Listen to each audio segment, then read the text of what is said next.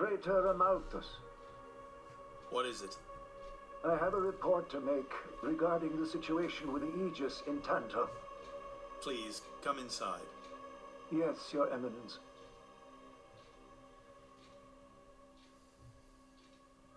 So, Jin finally has his hands on the Aegis. It seems the boy wasn't good for much after all. Unless he can find what is lost. Your Eminence? Hector, Yes? prepare the ceremony. At once, Praetor.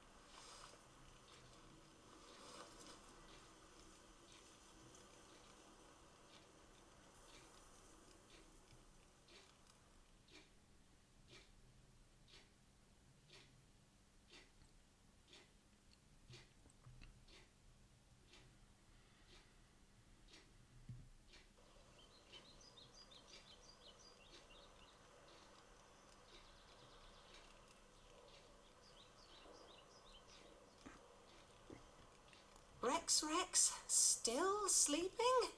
It's 2 days now. His injuries were quite severe. The worst is over, but his body needs time to recover. He'd better get well soon, or...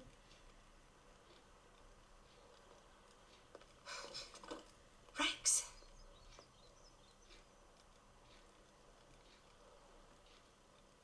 What's that? I'm leaving. But where will you go? Good question. Can't live on Gramps anymore. Maybe I'll head for Argentum. Rex? You... What the hell are you talking about, Argenta? What about Pyra?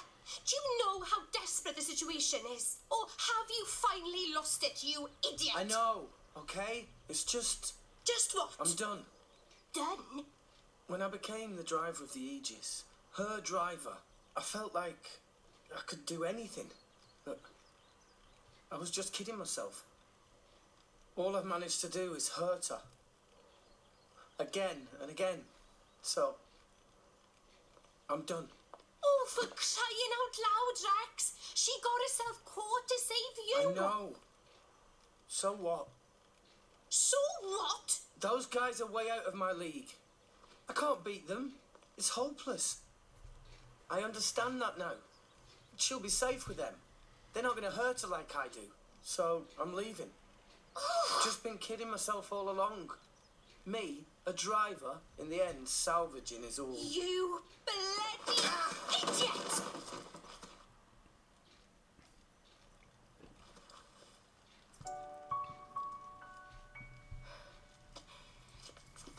Hurts, yeah?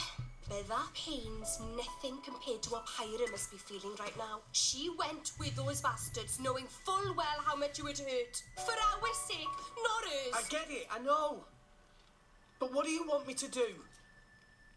I couldn't even slow him down. Even the Artificer's attack couldn't touch him. What chance do I have against a guy like that? The more I fight, the more Pyra gets hurt. She'll be better off without me by her side.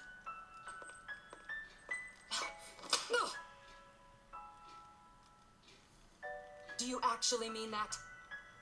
Do you not have the slightest idea how it felt for her to leave you? With me here, he'll suffer even more, lose even more. So maybe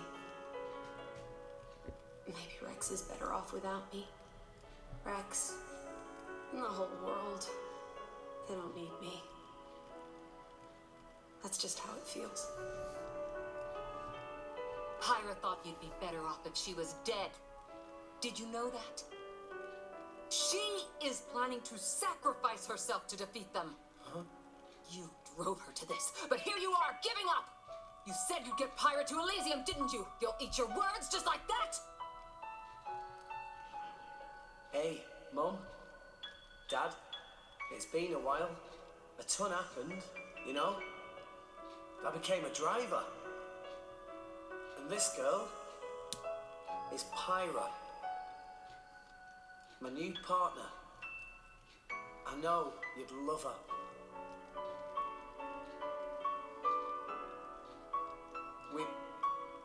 We're going to Elysium, Pyra and me.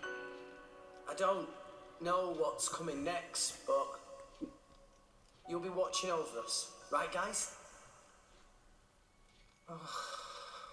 Forget it. We'll rescue her on our own. This loser, he's not the Rex we joined up with. Let him go wherever the hell he wants. Come now. Let's not start fighting amongst... Let's give them a chance to work this out, shall we?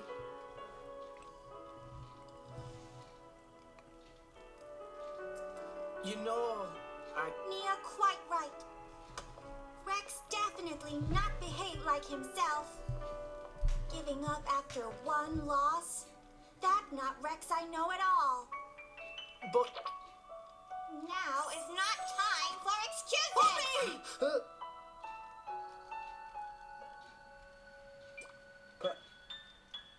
Poppy? Poppy is hurt to see Rex like this. Poppy and Master Pun are not real Blade and Driver. So Poppy and Master Pun looked up to Rex lots. Rex worked very, very hard to get this far. When Rex tries hard, Poppy and Master Pun try hard. Rex like bullseye we aim for. Without Rex, we not know which way to go. So please, Rex cannot give up and stop here. Poppy.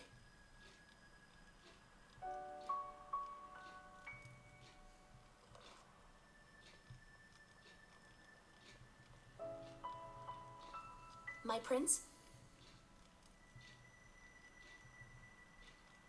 Chum, Huh? my old man wants to see you. Time to go.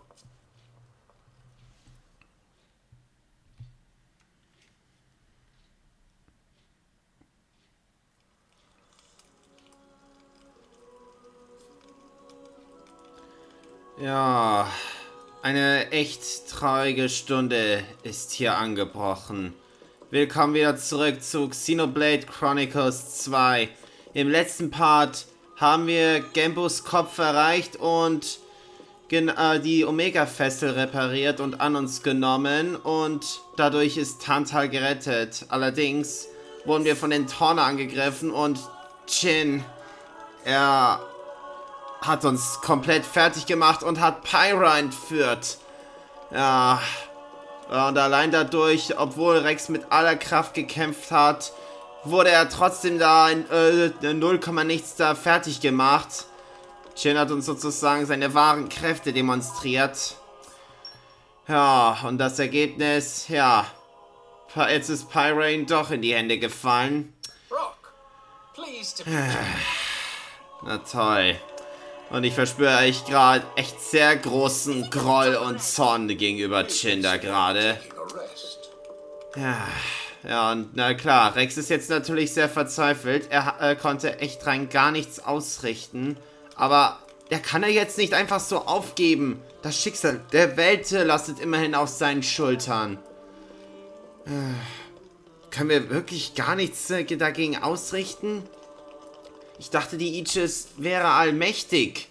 Und trotzdem hat uns Jin einfach so besiegt. Irgendetwas passt da nicht ganz zusammen. Okay, nun gut. Dann gehen wir jetzt erst einmal zu König Elochimenes. Vielleicht hat er ja einen Ratschlag für uns oder eine Antwort, die wir suchen. Vielleicht.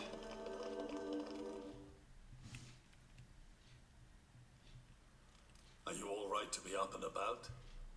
Yeah. I'm all healed up. Sincere apologies. If I hadn't attempted to destroy the Aegis, they would never have.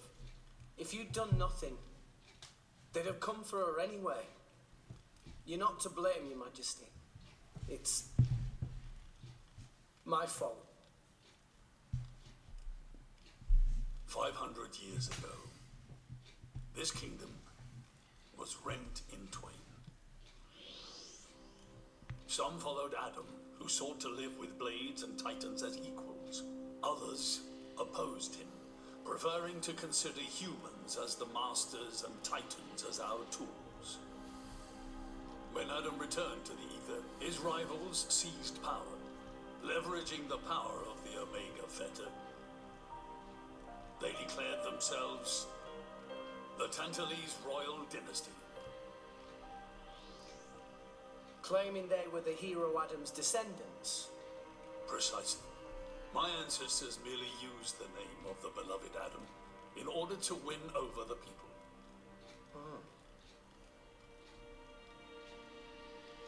Before long, we resolved to protect ourselves from meddlesome foreigners by descending deep into the Cloud Sea, taking the dirty secret of our family's lineage with us.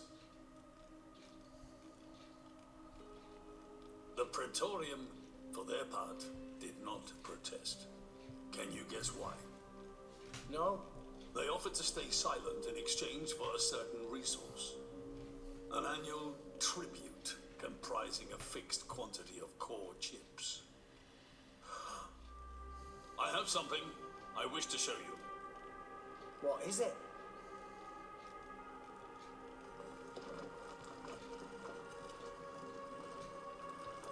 What is this? This is Gembo's ether flow. The Titan draws in the fabric of the Cloud Sea and uses it as a source of energy. This energy flows throughout the Titan's body in the form of ether. Refining and crystallizing this ether creates core chips. This process is what you see before you. So, in other words, you're siphoning away a portion of the Titan's energy. Our cold climate and poor harvests, they are the unfortunate side effects of this process. I think I'm beginning to understand. Core chips are vital to every nation's military and energy policies. The Praetorium desired this power. How come? All rest at the time was in crisis. But for the Praetorium, it was a precious chance to expand their sphere of influence. So they muscled in. As a result, Nintael fell into a chronic energy shortage. Then, well, you saw for yourselves. Near frozen earth, failing crops, the Tantalese people are forced to live in abject poverty. So why not just leave the Cloud Sea? Genbo can move, right? Just go somewhere warmer. They fear contact with other nations. Too afraid it might expose the truth behind the legends they spun about Adam. That would explain their isolationism. Indeed. That was 5 centuries ago. Now the Aegis has awakened. The Praetorium is demanding we hand over the Omega Fetter. They are threatening to reveal our secret if we do not acquiesce. Indollar?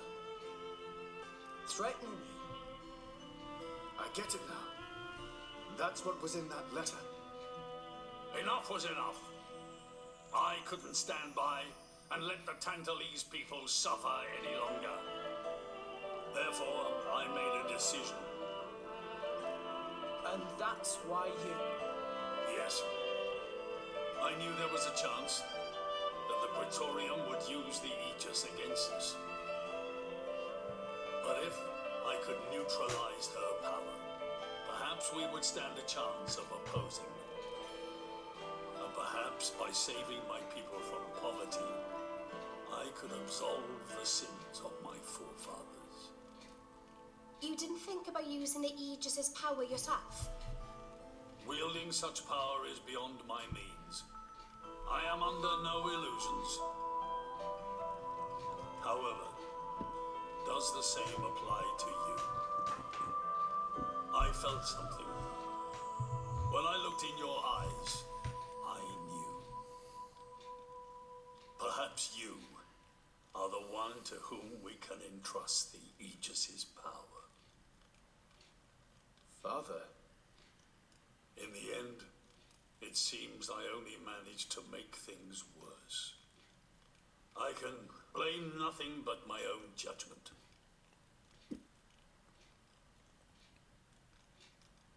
This tome records the deeds of the hero Adam.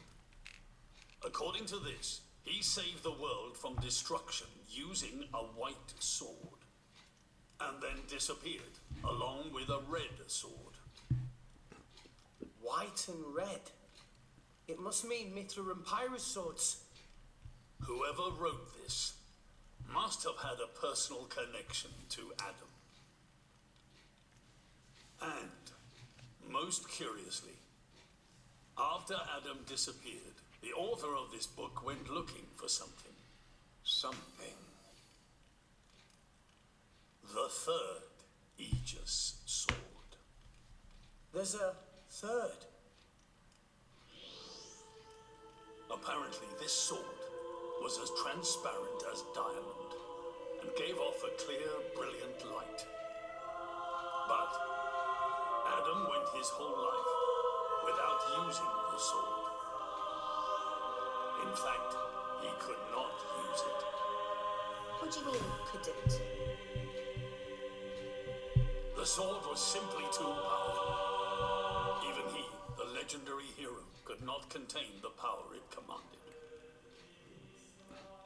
And thus, fearing its power, he sealed it away somewhere. The author therefore surmised that this sword alone was the one true sword of the Aegis. Now, Rex, you were defeated by Jin. Doubtless that man is a powerful warrior. But even so, can this be right? Can the Aegis herself truly be outmatched by a single opposing blade? Would it not make more sense to presume that you lost because you have yet to unlock the true power of the Aegis? You mean I'm the one who's been holding them back?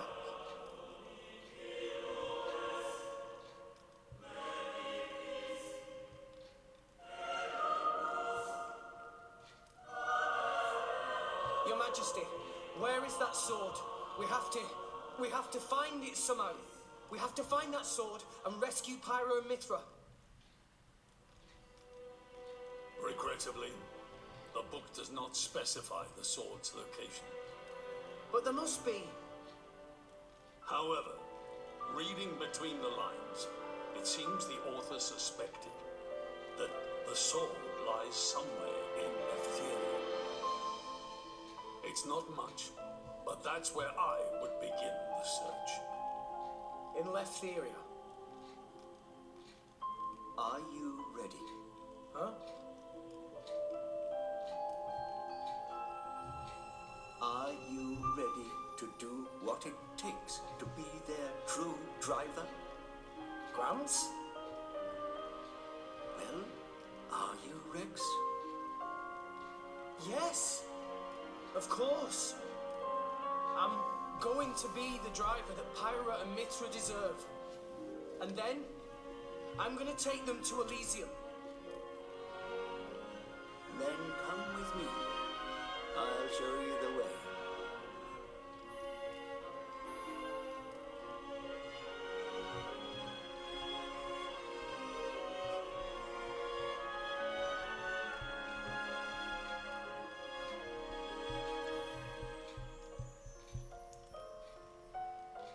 My son. Yeah? I have a favor to ask of you as your king. Well, that's a first. Are you feeling okay, old man? Maybe you're coming down with something. The Aegis needs... No, rather the boy needs protection. You mean Rex? Yes, I saw something in that boy's eyes. A light that must never go out. Steady on, old man. People get the wrong idea. Fine. Leave it to me. Thank you. Nah, it's not like I wasn't gonna go with him anyway.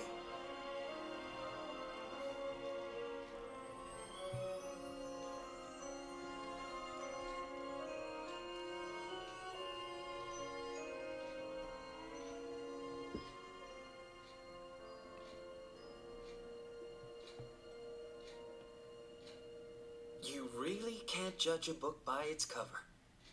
Who'd have thought that sweet-looking girl would threaten to destroy herself? Didn't she realize taking her own life would mean the boy died too? Oh, she knew exactly what she was doing. The whole thing was a bluff then? No, not at all. The reason she gave her core crystal to the boy was to replace his heart after Jin put paid to it. An Aegis core encodes the blueprints for all life. She took advantage of that. Incredible. I had no idea such a thing was possible. Aegises truly are a breed apart. Cores are constantly accumulating data about the outside world. The fact that their injuries are mirrored is a result of their twin cores exchanging information. If you wanted to be poetic about it, you could say that their very lives are intertwined. But there's nothing to stop her from severing that link. What do you mean? Before issuing the kill order to the artifice, she would have transferred the remainder of her core to the boy, letting him live on, heart complete. An Aegis can survive for a short time without a core crystal. Don't ask me why. It's just how we were made.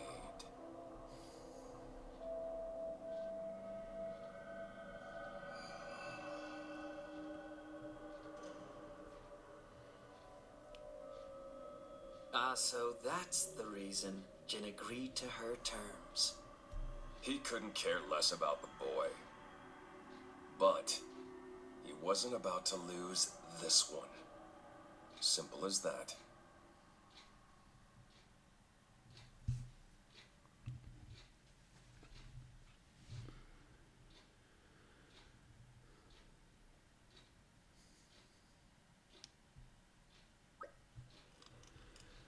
Komm, mir nach Rex. Zuerst müssen wir zurück nach Fonset.